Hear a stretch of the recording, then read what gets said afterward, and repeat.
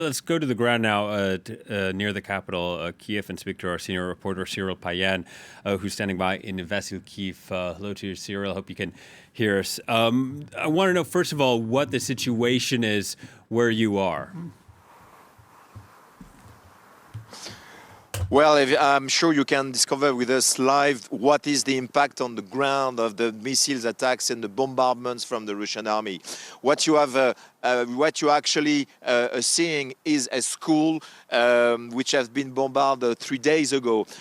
Huge missile hit this place because we are in a big garrison city 40 kilometers away south from the capital, the Ukrainian capital, Kyiv. It was a bombard because there is a military airport here, and it was a key strategic goal for the Russian military to take this military airport in order to launch an offensive on Kyiv. So now there are some reported fightings between the Ukrainian forces and the Russian forces just ahead of us, a few kilometers away, still going on in this southern part of the suburb of Kyiv. This school was hit. We can see some notebooks still around here, some children close who are here. We don't know yet how many people died here, but it looks very much that the strategy from the Russian army was to send some commandos, insiders commandos, who just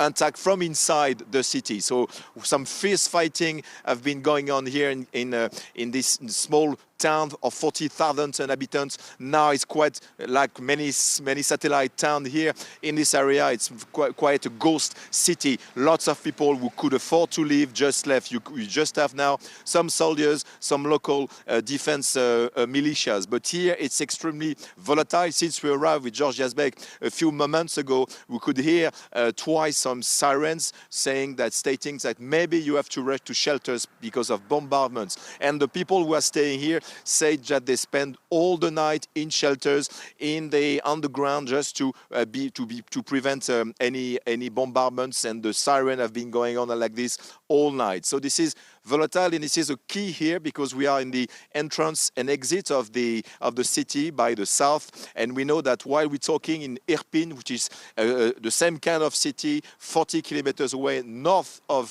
Kyiv, you have a fierce battle going on. Some bridges have been sabotaged by the Ukrainian army just to stop the offensive by the Russians. We have been reported a couple of civilians casualties, so heavy fighting just because the north, the east, and the northwest west now are under pressure by the Russian military because, as everybody thinks and everybody actually is preparing for, there will be sooner or later, it's a matter of days or weeks, but there will be a siege of Kyiv very, very soon. All right, Cyril. Thank you very much. Cyril Payen reporting from Kyiv, speaking to Guillaume Lascondarias again.